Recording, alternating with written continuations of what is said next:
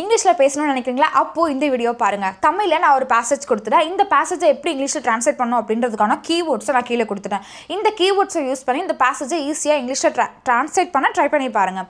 சரி, இந்த பேசேஜ் எதை பற்றினது அப்படின்னா, 2 பேர் வந்து கான்வர்சேஷன் பண்ணிக்கிறாங்க. ஒருத்தர் சொல்கிறாங்க சுகர் ஆட் பண்ண அப்படின்னு. ஓ, சுகர் எல்லாம் நான் சால்ட்டுக்கு பதிலாக சுகர்னு சொல்லிட்டேன். சரி, சால்ட் எங்கே இருக்குன்னு சொல்ல முடியுமா? நான் குழப்பிக்கிட்டேன். சரி, சால்ட் எங்கே இருக்குன்னு சொல்ல முடியுமா? ஓகே, நேற்று தான் அந்த பாக்ஸில் அதை வச்சா.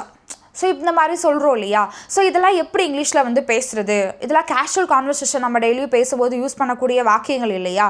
ஸோ இதை பேஸ் பண்ண தான் இந்த பேசேஜ்.